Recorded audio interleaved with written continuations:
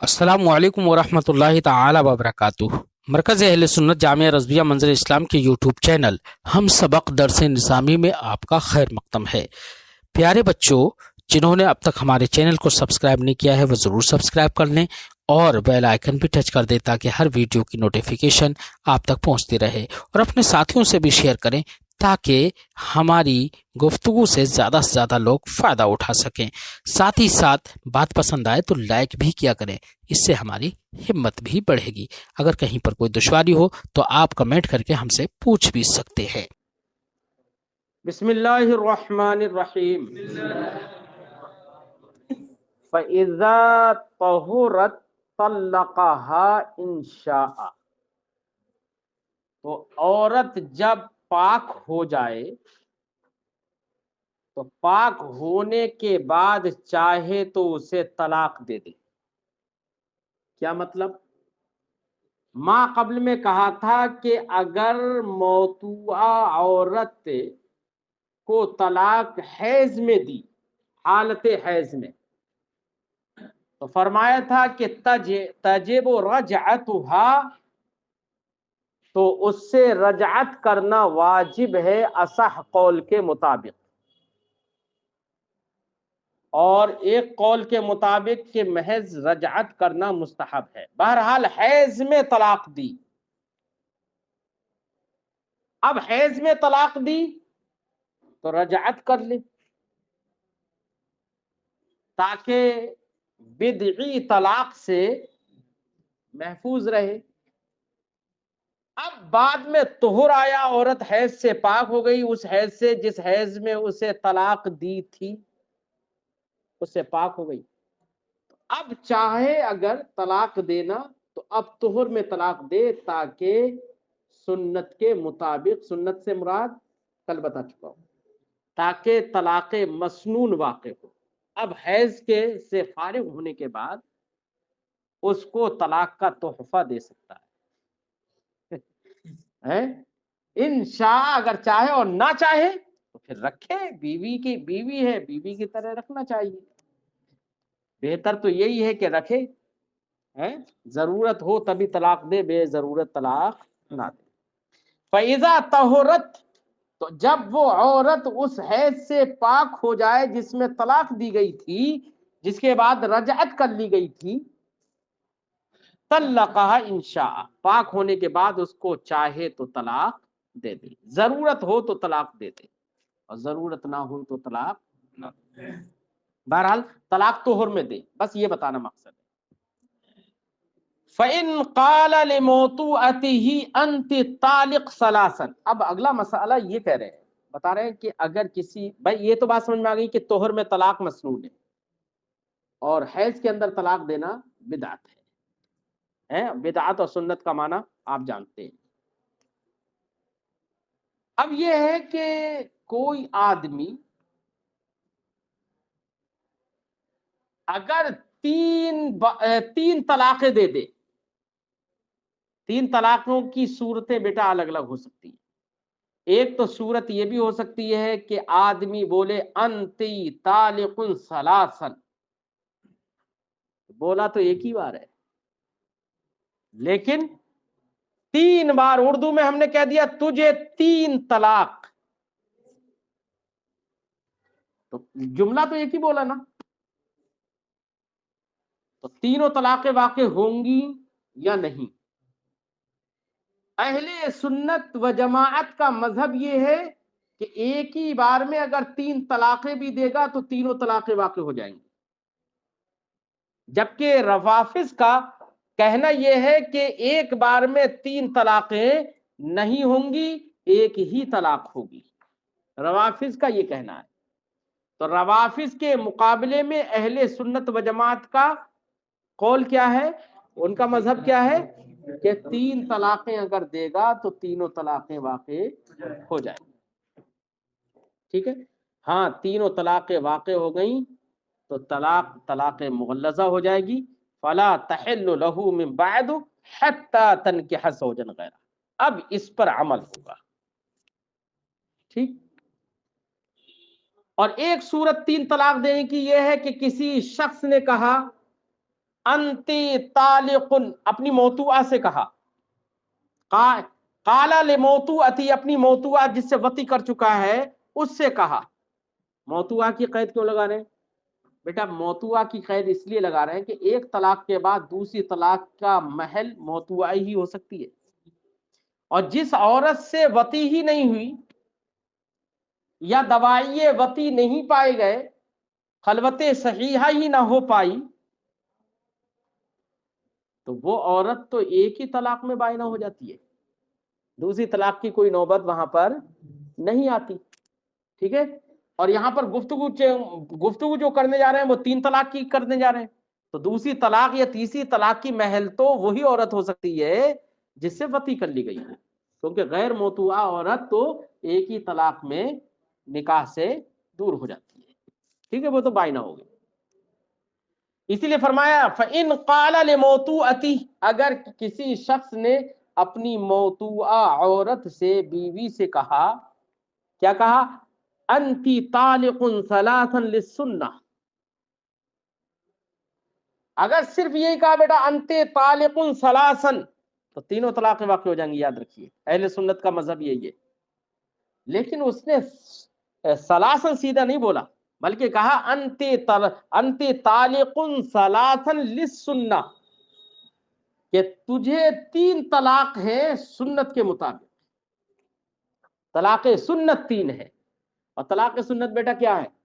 سنت تو یہی ہے کہ ایسے طہر میں طلاق دے جس طہر میں وطی نہ کی گئی ہو، ہے جس طہر میں، سنت تو یہ ہے نا، بات سمجھ میں آ گئی؟ لہذا اگر جس طہر میں وہ طلاق دے رہا ہے نا اسے، جس طہر کے وقت میں یہ کہہ رہا ہے انتی طالق ثلاثا للسنہ، یہ بول رہا ہے اگر اس طہر میں وطی نہیں کی ہے تب تو اسی وقت ایک طلاق واقع ہو جائے گی، کیونکہ سنت کے مطابق تو ہو جائے گی، اور اگر اس طہر میں وطی کر چکا ہے تو بیٹا اس طہر میں ابھی طلاق واقع نہیں ہوگی، آنے والا جو طہر ہوگا اس میں ایک طلاق واقع ہوگی، اور سنت تو یہ نا کہ الگ الگ طہر میں الگ الگ طلاق واقع ہو، اس لیے 3 طہروں میں ایٹومیٹک جیسی طہر آئے گا طلاق ایک واقع ہو جائے گی، پھر طہر آیا پھر ایک طلاق واقع ہو جائے گی، پھر طہر آیا، کیونکہ اس نے کیا کہا للسنہ، سنت کے، اب سنت اس نے لفظ بول دیا، یا للسنہ کے بجائے اگر ہم چاہیں تو اس نے یہ کہہ دیا کہ انت طالق ثلاثا علی الحق، تو حق بھی کیا ہے؟ وہی ہے نا، ہے موافق القرآن، موافق الحدیث علی اہل سنت والجماعہ، ہے مطلب اس جیسے جو بھی الفاظ وہ بولے سب کا حکم یہی ہوگا، کیا 3 طہروں میں الگ الگ، کیونکہ للسنہ بول دیا اس نے، اس لیے 3 طلاقیں ایک ساتھ نہیں ہوں گی اب، ٹھیک ہے؟ فرماتے ہیں یقع قال لموتوعتی، کسی شخص نے اپنی موتوعہ سے کہا انتی طالق ثلاثا، تجھے 3 طلاقیں، للسنہ سنت کے مطابق، ٹھیک ہے، بلا نیت، اور یہ بات اس نے بغیر نیت کے کہی، دل میں کچھ نیت نہیں تھی کہ 1 طلاق 2 طلاق یا 3 طلاق، کچھ نہیں، بس یہ جملہ بولا اور للسنہ کہا، کتنی طلاقیں واقع ہوں گی؟ ارے ثلاثن تو ویسے ہی بول دیا یار، تو اس کی زبان کا اعتبار ہوگا، کس کا اعتبار ہوگا؟ ہاں، بلا نیت بول دیا، یقع عند کل طہر طلقہ، تو ہر طہر پر ایک طلاق واقع ہو جائے گی، اور پہلا طہر جس وقت میں یہ کہا ہے اس میں یہ دیکھنا پڑے گا کہ وطی کی ہے یا نہیں کی، اگر وطی نہیں کی ہے تو اسی میں پہلی طلاق واقع ہو جائے گی، اور وطی کر چکا ہے اس میں تو اس طہر میں پہلی طلاق واقع نہیں ہوگی، اگلے والے طہر میں ہوگی، کیوں؟ اس لیے کہ اگر اسی طہر میں جس میں وطی کر لی گئی ہے اسی طہر میں اگر طلاق واقع ہو تو یہ طلاق حسن یا طلاق احسن نہیں ہوگی، کیوں؟ لأن الطلاق السنی ھذا، کیونکہ طلاق سنی یہی ہے کہ 3 طہروں میں الگ الگ ایک ایک طلاق ہو.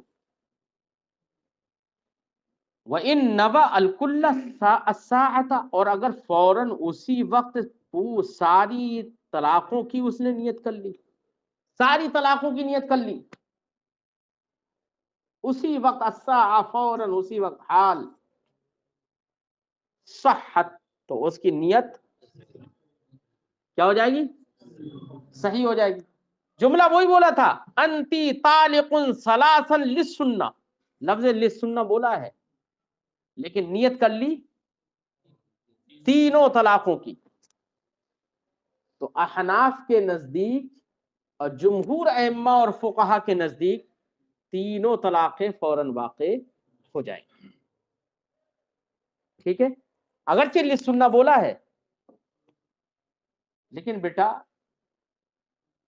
نیت جو ہوتی ہے نا وہ زبان سے نکالے ہوئے الفاظ سے زیادہ مؤثر ہوتی ہے.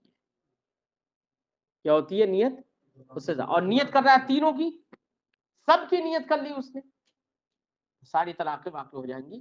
جمہور فقہا کا یہی کہنا ہے. ہاں اس میں امام ظفر کا اختلاف ہے، وہ بھی احناف سے ہیں لیکن ان کا اختلاف ہے. وہ کہہ رہے ہیں کہ جب للسنہ کہہ دیا تو سنت کا تو تقاضا یہ ہے کہ 3 طلاقیں 3 طہر میں الگ الگ ہو کر واقع ہوں، اور نیت ساری طلاقوں کی کر رہا ہے، بول رہا ہے للسنہ اور ساری طلاقوں کی نیت کر لی. اس لیے امام ظفر کہتے ہیں کہ نہیں، ساری طلاقوں کی نیت کرنا یہ سنت کے خلاف ہے، اس کی ضد ہے. جب ضد ہے تو للسنہ بولا ہے تو اب اس کے بولنے کے بعد اس کی نیت معتبر، تینوں طلاقوں کی نیت معتبر نہیں. ٹھیک ہے، یہ سنت کے خلاف ہے للسنہ جب بول دیا. ٹھیک ہے، تو پھر اب تو مسئلہ یہ ہوگا کہ جمہور احناف نے، جمہور ائمہ نے جو یہ کہا کہ تینوں طلاقیں واقع ہو جائیں گی، تو یہاں پر کیا بدعت کا قول کر لیا، سنت کے خلاف کا قول کر لیا؟ تو صاحب ایک کتاب اس کی طرف اشارہ کریں گے جواب دینے کی طرف کہ دیکھیے بیٹا سنت کا دو مطلب ہوتے ہیں سنت کے. ایک سنت کا مطلب یہ ہے کہ احادیث نبویہ سے جس کا ثبوت ہو، سنت مصطفیٰ سے جس کا ثبوت ہو وہ سنت ہے، وہ بھی طلاق سنی ہوگی. اور ایک سنت کا مطلب یہ ہے کہ روافض کے مقابلے میں تابعین، صحابہ، ائمہ مجتہدین نے جو قول کیا ہو روافض کے مقابلے میں، یعنی اہل سنت و جماعت کا مذہب ہے، تو اس نے جو للسنہ بولا ہے اس کے باوجود 3 طلاقوں کی نیت صحیح ہو جا رہی ہے، یہ سنت ہونے سے خارج نہیں ہوگا. کیوں؟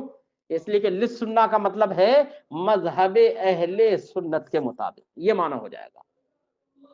اگرچہ جو بدعی جو طلاق ہے، اگرچہ یہ طلاق بدعی ہی صحیح، لیکن اہل سنت کے مذہب کے مطابق ہے، روافض کے مذہب کے خلاف ہے. روافض اس بات کے قائل ہے 3 طلاقیں اگر کوئی ایک بار میں واقع کرے گا، ایک بار میں بولے گا تو 3 طلاقیں واقع نہیں ہوتی ہیں، ایک ہی طلاق واقع ہوتی ہے.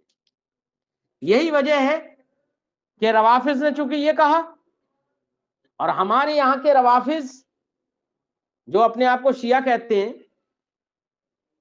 وہ سب اس مسئلے میں بالخصوص، اور بھی بہت سارے مسائل ہیں لیکن اس مسئلے کی میں گفتگو کر رہا ہوں، وہ یہاں پر اہل سنت کے خلاف ہیں. اسی لیے 3 طلاق کا جب معاملہ اٹھا تو سارے روافض، آر ایس ایس اور RSS یا جو بھی دوسرے گروپ ہیں، بجرنگ دل یا بی جے پی، خاص کر بی جے پی کے خلاف کے موافقت میں تھے سارے روافض. اور اسی موافقت کی وجہ سے کہ یہاں پر گورنمنٹ نے یہ قانون بنا دیا کہ 3 طلاقیں دینا یہ جرم ہے، شریعت کے خلاف انہوں نے قانون بنا دیا. اگر مسلمان کہلانے والے لوگ اگر گورنمنٹ کی موافقت نہ کرتے بالکل، تو گورنمنٹ ایسا قانون نہیں بناتی. لیکن موافقت کرنے والے چونکہ سارے روافض جو ہے یہاں پر وہ سب غیر مسلم تنظیموں کے ساتھ جڑے ہوئے ہیں، اس لیے ان کی موافقت کی وجہ سے، اور جو جگہ جگہ پر ہنومان چالیسا پڑھ رہی ہے مسلمان عورت، اور یہ پڑھ رہی ہے وہ پڑھ رہی ہے، وہ سب ایسے ہی ہوتے ہیں، سمجھے نہیں؟ وہ سنی صحیح العقیدہ یا مسلمان نہیں ہوتے ہیں، وہ سب ایسے ہی ہوتے ہیں، سمجھے؟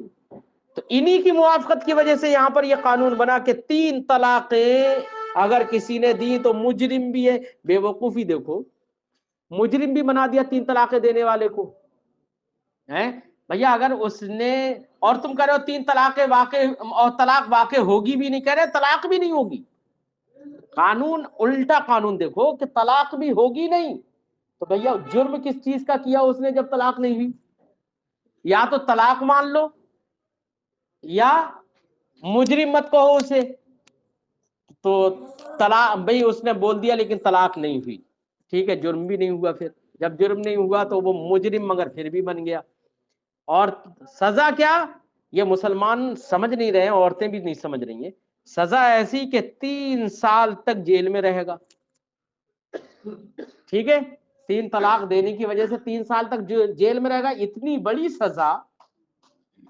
اور تو یہ سزا تو یہ بتا رہی ہے کہ مجرم ہے، اور مجرم یہ بتا رہا ہے کہ اس نے جرم کیا یعنی طلاق ہوئی، اور پھر بھی گورنمنٹ کہہ رہی ہے یا قانون کہہ رہا ہے کہ طلاق مانی نہیں جائے گی، طلاق ہے نہیں، جرم مانا نہیں جائے گا، مجرم پھر بھی کہیں گے، سزا دیں گے پھر بھی، ہے؟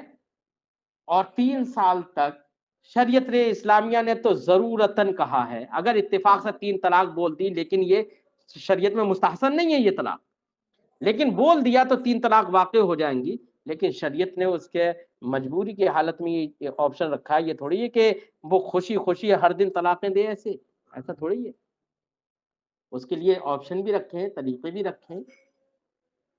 اب یہاں پر بھئی طلاق بھی دے دی اس نے، طلاق بھی نہیں ہوئی، 3 سال کے لیے جرم، کس جرم میں جا رہا ہے یہی نہیں پتہ چل رہا ہے، کیونکہ طلاق تو مانی نہیں جا رہی ہے گورنمنٹ کے نزدیک۔ قانون بنانے والے بھی یار بڑے کیسی مقننہ ہے یہاں پر، قانون ساز اسمبلی یہاں کی کیسی ہے سمجھ میں نہیں آتا، کہ جرم بھی نہیں کیا اس نے اور مجرم بن گیا، 3 سال کی سزا۔ تو شریعت نے تو یہ ہے کہ رجعت کا طریقہ تو رکھا ہے کہ بھئی رجعت کا یہ طریقہ، اگر بیوی بچے آپس میں ملنا جلنا چاہتے ہیں، چلو غلطی ہو گئی کوئی بات نہیں، تو اس کا طریقہ رکھا ہے، اس طریقے سے دل مل سکتے ہیں، آ سکتا ہے۔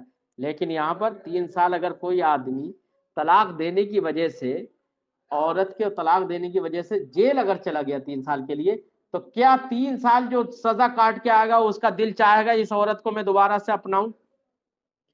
ہے؟ کبھی دل نہیں چاہے گا۔ تو گویا کہ جو ایک رجعت کا آپشن تھا شریعت نے جو دیا تھا، وہ رسی اس آپشن کو انہوں نے ختم ہی کر دیا، کاٹ دیا بیچ سے۔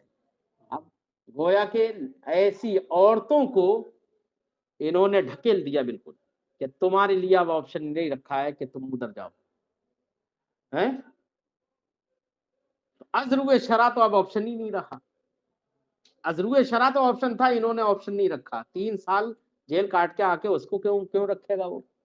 جب 3 سال جیل کاٹ لی بغیر جرم کے، تو پھر تو آدمی کو ابھارنا ہے کہ چاہے جرم ہی کر لے، جب اسے معلوم ہوگا بغیر جرم کے مجھے جانا ہے، تو پھر تو وہ سوچے گا پھر تو میں جرم ہی کر کے جاؤں، ہے؟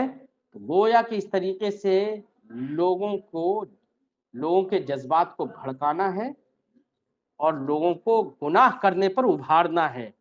اگرچہ لوگ دانشور لوگ یہ سمجھ رہے ہیں کہ ہم نے بہت دانش مندی کا کام کیا ہے، لیکن پوری دنیا دیکھ رہی ہوگی یار جرم کچھ نہیں ہے لیکن مجرم پھر بھی بنا ہوا ہے، اور اتنی بڑی سزا، پوری دنیا دیکھ رہی ہوگی کیسے بڑے دانش مند ہیں۔ تو یہ قانون یہاں پر جو پاس ہوا وہ صرف اور صرف رافضیت کے اشتراک کی وجہ سے، کہ رافضیوں نے موافقت کی گورنمنٹ کی۔ فرماتے ہیں وَإِن نَوَى الْكُلَّ السَّاعَةَ، فوراً اگر ساری طلاقوں کی اس نے نیت کر لی، صحت النیہ، تو نیت صحیح ہو جائے گی، حتی یقع الثلاث، فی الحال تو فوراً تینوں اس کے تکلم کے وقت ہی تینوں طلاقیں واقع ہو جائیں گی۔ خلافاً لظفر، امام ظفر کا اختلاف ہے، لأنہ بدعی، وہ کہتے ہیں کہ یہ تو بدعی ہے طلاق، تینوں طلاقوں کی نیت معتبر نہیں ہوگی. وَهُوَ ضد السنی، اور یہ سنی کی ضد ہے، اس نے تو للسنہ بولا تھا. وعندنا، اور ہمارے نزدیک، الثلاث دفعتاً سنی، ہمارے نزدیک تینوں طلاقیں ایک وقت میں دے دینا یہ بھی سنی ہونے سے باہر نہیں جائے گا، لیکن مطلب الگ ہوگا. مطابقاً للسنہ نہیں، مطابقاً لقول اہل سنت والجماعہ ہوگا یہ. ٹھیک. دفعتاً یہ بھی سنی ہے، لیکن کہہ رہے ہیں سنی الوقوع. سنی الوقوع کا مطلب واقع ہونے میں سنی ہے. کیا مطلب؟ اے وقوعها مذہب اہل سنہ، یعنی اس کا وقوع اہل سنت و جماعت کے مذہب کے مطابق ہے. وعند الروافض لا یقع، اور روافض کے نزدیک تین طلاقیں واقع نہیں ہوتی ہیں. تمسکن، انہوں نے استدلال کس سے کیا؟ روافض نے استدلال اس سے کیا، اللہ نے ارشاد فرمایا الطلاق مرتان، طلاق مرت سے ہے. کیسے مرت؟ ارے مرتان کا معنی دو مرت ہو گئے نا، تو دو طلاق مرت سے، یعنی ایک بار ایک بار ایک بار ایسے طلاق ہے. تو انہوں نے کہا کہ اگر ایک بار میں تینوں کی نیت کرے گا تو یہ تو قرآن کے خلاف ہے. قرآن تو مرت کا قائل ہے. الطلاق مرتان، ایک طلاق ایک مرتبہ، پھر دوسری طلاق ایک مرتبہ، ایسے ہے طلاق. مرتان سے انہوں نے استدلال کیا ہے. تو طلاق صرف مرت کے لیے ہے، مرت کے طور پر ہے کہ ایک طلاق پھر دوسری طلاق، اس طریقے سے اکٹھی طلاقیں نہیں ہو سکتی، نوافذ نے کہا. ٹھیک ہے. ہم تو جواب میں کہیں گے کہ یار الطلاق مرتان سے دو طلاقوں کا ذکر ہے. کس کا؟ یعنی یہاں پر رجعی طلاق کا ذکر ہے کہ رجعت جس میں کر سکتا ہے وہ دو مرتبہ طلاق. اس آیت کریمہ کی اس پر کوئی دلالت نہیں ہے کہ الگ الگ ہی طلاق ہو، اس پر کوئی دلالت نہیں ہے آیت کریمہ کی. الطلاق مرتان، طلاق دو مرتبہ، یعنی رجعی طلاق دو مرتبہ ہے، دو مرتبہ تک رجعت کر سکتا ہے. فَإِن طَلَّقَهَا، اگر تیسری طلاق اگر دے دی تو کوئی رجعت نہیں ہے. فَلَا تَحِلُّ لَهُ مِن بَعْدُ حَتَّى تَنكِحَ زَوْجًا غَيْرَهُ. ٹھیک ہے. ہاں، تو یہاں پر طلاق رجعی کو تم نے کیا سمجھ لیا؟ الگ الگ طلاق. آیت کریمہ کی الگ الگ طلاق پر کوئی دلالت نہیں ہے، بلکہ طلاق رجعی دو مرتبہ ہے.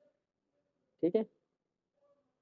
اگر الگ الگ مراد ہوتا نا مولانا، تو جیسے مرتان تسنیہ ہے نا، ویسے یہاں پر الطلاق بھی تسنیہ ہی ہوتا پھر، تاکہ ایک طلاق ایک مرت ہوتی، دوسری طلاق دوسری مرت. اور یہاں پر الطلاق ایک ہی بار ذکر کیا گیا الطلاق کو، اور پھر کہا مرتان، دو مرتبہ ہے. اس کا مطلب یہ ہے کہ طلاق رجعی جس میں رجعت کر سکتا ہے. اور اس کی تائید اگلے کا قول فَإِن طَلَّقَهَا فَلَا تَحِلُّ لَهُ مِن بَعْدُ، یہ قول اس کی تائید کر رہا ہے کہ یہ طلاق رجعی کا بیان ہے، نہ کہ الگ الگ کا بیان. ٹھیک ہے. ہاں، ورنہ تو الگ الگ کا بیان اگر یہ مان لیا جائے کہ ایک طلاق الگ ایک طلاق الگ، پھر آگے پھر عدم حلت کا قول کیسے کر لیا گیا؟ پھر تو رجعت ہی کی بات ہوتی، پھر یا تو رجعت کی ہوتی یا غیر رجعت کی بات ہوتی. تو پھر رجعت کا قول تو تمہیں کرنا ہی نہیں چاہیے پھر ہے. فالثلاث لا يقع الا بثلاث مرات، تو ان کے نزدیک تین طلاقیں واقع نہیں ہوں گی مگر تین مرتبہ ہی میں. وَيَقَعُ طَلَاقُ كُلِّ زَوْجٍ عَاقِلٍ بَالِغٍ حُرٍّ أَوْ عَبْدٍ وَلَوْ سَكْرَانٍ. بیٹا شوہر دانشور ہے، عقل مند ہے، بالغ ہے، آزاد ہو یا غلام ہو. اگر عاقل بالغ اگر شوہر ہے تو اس کے طلاق دینے سے طلاق واقع ہو جائے گی. اگر عاقل ہی نہیں ہے بیٹا، کیا نہیں ہے؟ عاقل ہی نہیں ہے اگر، تو بیٹا رفع القلم عن ثلاثہ، تین سے قلم اٹھا لیا گیا ہے. وہ مرفوع القلم ہے تین. ایک تو وہی جو عاقل ہی نہیں ہے، پاگل ہے، سمجھتا ہی نہیں ہے کیا ہے کیا نہیں، اس کی عقل ہی ختم ہو گئی ہو، تو اس سے بھی قلم اٹھا لیا. وعن النائب، اور سونے والے سے بھی قلم اٹھا لیا گیا، وعن الصبی، بچے سے بھی قلم اٹھا لیا گیا، ٹھیک ہے؟ تو جو عاقل ہی نہیں ہے، بچہ ہے، بالغ نہیں ہے، بچہ ہے، بیدار نہیں ہے، سو رہا ہے، اب اگر خواب میں کسی نے کہہ دیا انت طالق ہے، سو رہا تھا خواب میں کہہ دیا، طلاق ہوگی؟ نہیں ہوگی، کیوں؟ اس لیے کہ وہ مرفوع القلم ہے۔ لیکن حیرت کی بات یہ کہ خواب میں انت طالق ہی کیوں آ رہا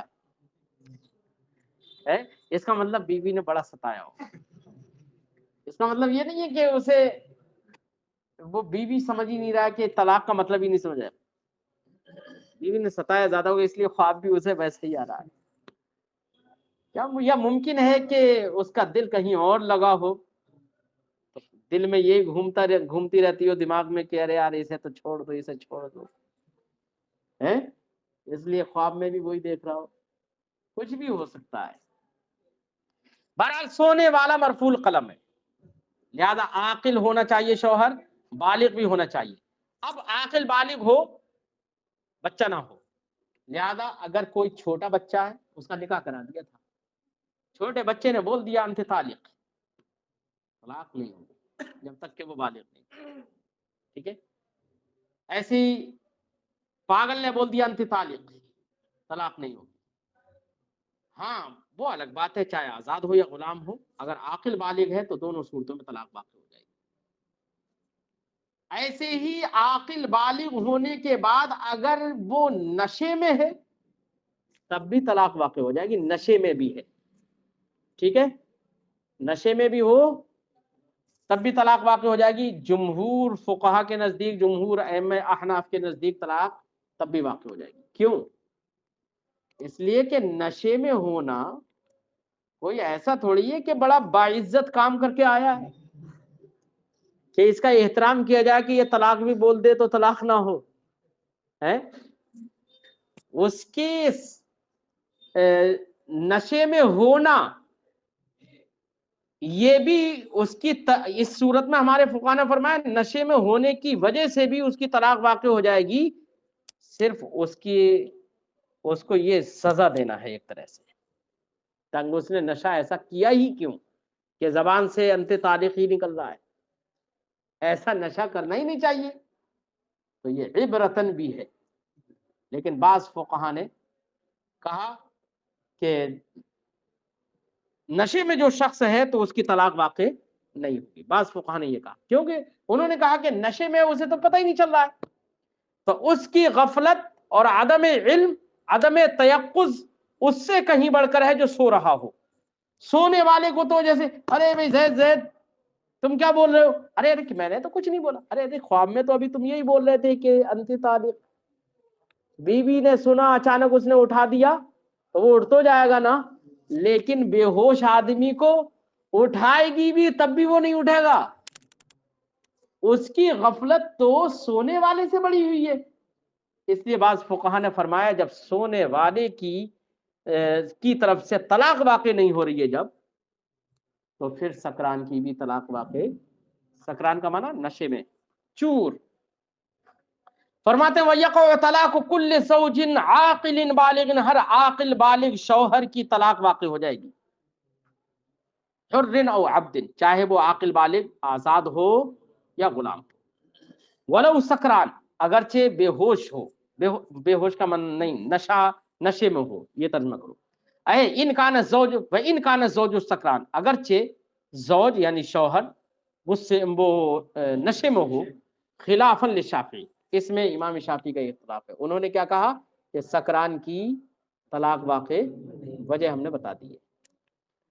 وَأَخْرَس، ایسے گونگے کی بھی طلاق واقع ہو جائے گی، شوہر گونگا ہے، زبان سے نہیں بول سکتا، زبان سے بولنے سے عاجز ہے، تو انت طالق تو نہیں بول سکتا ہے، تو کہہ رہے ہیں کہ کوئی نہ کوئی اشارے تو کر ہی سکتا ہے نا، گونگے تو بہت سارے اشارے جانتے بھی ہیں، سمجھتے بھی ہیں، ان کے اشاروں کی پڑھائی بھی ہوتی ہے۔ گونگے بہروں کا ایک اسکول ہے بریلی میں، وہاں پر اسکول میں پڑھانے والے جو ہوتے ہیں نا، ٹیچرز جو ہوتے ہیں وہ سب گونگے نہیں ہوتے ہیں، لیکن وہ سب سیکھے ہوئے ہوتے ہیں، وہ سب کہ کیا کیسے پڑھانا ہے، اسے اس بات کو کیسے سمجھانا ہے، بچے پڑھتے ہیں، گونگے بہرے بچے، وہ اسی سے پڑھ لیتے ہیں، لکھنا بھی سیکھ جاتے ہیں.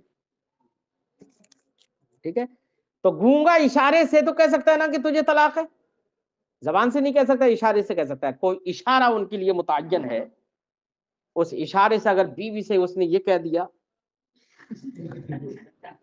تو طلاق ہو گئی.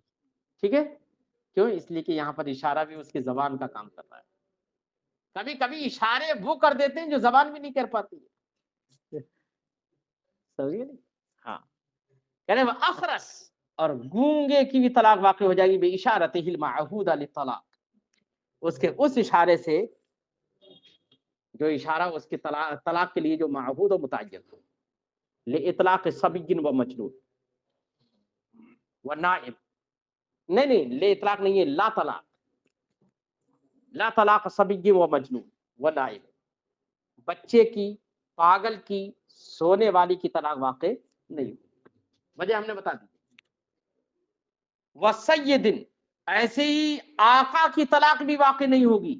کون سے آقا کی؟ علی زوجت عبدی، جو اپنے غلام کی بیوی پر طلاق واقع کرنا چاہتا ہے. غلام نے کسی سے نکاح کیا، غلام کی بیوی کا سردار ہے، کوئی آقا ہے، تو وہ چاہے کہ میں اپنی اس غلام کی بیوی کو طلاق دے دوں، نہیں واقع ہوگی. ارے شوہر ہی کی طلاق واقع ہوگی. وہ اگرچہ وہ عورت جو ہے اگرچہ باندھی ہے، وہ تمہاری باندھی ہے، لیکن ملکیت میں تو اپنے شوہر کے ہے. ملکیت کا مطلب ملک وضع. طلاق تو انقطاع ملک وضع کے لیے ہے نا، اور وہ شوہر کو حاصل ہے. اس لیے آقا طلاق نہیں دے سکتا، آقا کی طلاق واقع نہیں ہوگی. اپنے غلام کی بیوی پر آقا کی طلاق واقع نہیں ہوگی. وطلاق الحرہ والامۃ ثلاثہ واثنان، آزاد عورت کی اور باندی کی طلاق 3 اور 2 ہیں. یعنی آزاد عورت کی 3 طلاقیں ہیں اور باندی کی 2 ہیں. بیٹا 3 طلاقیں تو پوری ہو گئی 3. اور ہمیشہ یاد رہے کہ باندی کے لیے آزاد عورت کے مقابل نصف ہے. کیا ہے؟ تو 3 طلاقیں جب آزاد عورت کی ہیں تو باندی کی کتنی ہونا چاہیے؟ 1.5، 1 صحیح 1/2 یہ ہونا چاہیے، 1.5 ہونا چاہیے. لیکن بیٹا طلاق میں تنصیف نہیں ہوتی ہے. کیا نہیں ہوتی ہے؟ تنصیف نہیں ہوتی ہے، اس کو آدھا آدھا نہیں کیا جا سکتا طلاق کو. اس لیے پوری 2 طلاق. بیٹا اگر آدھی، 1 طلاق سے اگر آدھی کرو گے تو آدھی اگر کرو گے تو کیسے کرو گے ذرا بتاؤ؟ نہیں کر سکتے نا آدھی. یہ سب معانی ہیں، ان میں تنصیف نہیں ہو سکتی، اس لیے 2 طلاقیں رکھی ہیں. ٹھیک ہے، اے طلاق الحرۃ ثلاثہ، آزاد عورت کی طلاق 3 ہے، وطلاق الامۃ اثنان، اور باندی کی طلاق 2 ہے. ولو زوجہما خلافہما، اگرچہ ان دونوں کے شوہر ان کے خلاف ہیں. کیا مطلب؟ ان کے خلاف. آزاد عورت کا شوہر غلام ہے یا باندی کا شوہر آزاد ہے، تو طلاق کے معاملے میں احناف کے نزدیک اعتبار عورت کا ہے کہ عورت کیسی ہے. اگر عورت باندھی ہے تو اس کا شوہر چاہے آزاد ہو یا غلام ہو 2 طلاقوں کا مالک ہوگا. اور اگر عورت آزاد ہے تو اس کا شوہر چاہے آزاد ہو یا غلام ہو 3 طلاقوں کا مالک ہوگا. ہمارے نزدیک اعتبار یہاں پر عورتوں کا، جبکہ امام شافعی کے نزدیک اعتبار مرد ہی کا ہے. ٹھیک ہے، تو اگر ایک عورت باندھی ہے مثلا اور اس کا شوہر آزاد ہے تو ہمارے نزدیک تو وہ شوہر 2 طلاقوں کا مالک ہوگا. امام شافعی کے نزدیک 3 طلاقوں کا مالک ہوگا. کوئی عورت آزاد ہے اور اس کا شوہر غلام ہے تو ہمارے نزدیک تو 3 طلاقوں کا مالک ہوگا. شوہر غلام ہونے کے باوجود 3 طلاقوں کا مالک ہوگا، لیکن امام شافعی کے نزدیک 2 طلاقوں کا مالک ہوگا، کیونکہ مرد کا اعتبار وہ کرتے ہیں. فرماتے وَلَوْ زَوْجُهُمَا خِلَافُهُمَا، اگرچہ ان کے زوج، ان کا شوہر ان کے خلاف ہو. خلاف کا مطلب ان کے الگ ہو، الگ طریقے کا ہو. یہ آزاد ہے تو وہ غلام ہو، یہ باندھی ہے تو وہ آزاد ہو، ایسا ہو. لیکن اعتبار عورتوں کا ہی ہے. فإن اعتبار الطلاق عندنا بالنساء، کیونکہ ہمارے نزدیک طلاق کا اعتبار نساء سے ہے، وعند الشافعی بالرجال، اور امام شافعی کے نزدیک رجال یعنی مردوں سے ہے۔ فإذا كان زوج الأمة حرا، لہذا اگر کسی باندی کا شوہر آزاد ہو، فالطلاق عندنا اثنان، تو ہمارے نزدیک طلاق دو ہوں گی، یعنی دو کا مالک ہوگا وہ شخص، وعنده ثلاثہ، اور ان کے نزدیک تین کا۔ وَإِنْ كَانَ زَوْجُ الْحُرَّ، اور اگر آزاد عورت کا شوہر عبدن غلام ہو، فالطلاق عندنا ثلاثہ، تو ہمارے نزدیک طلاق تین ہوں گی، ٹھیک ہے، وعنده اثنان، اور امام شافعی کے نزدیک دو ہوں گی۔ وجہ سمجھ میں آ گئی؟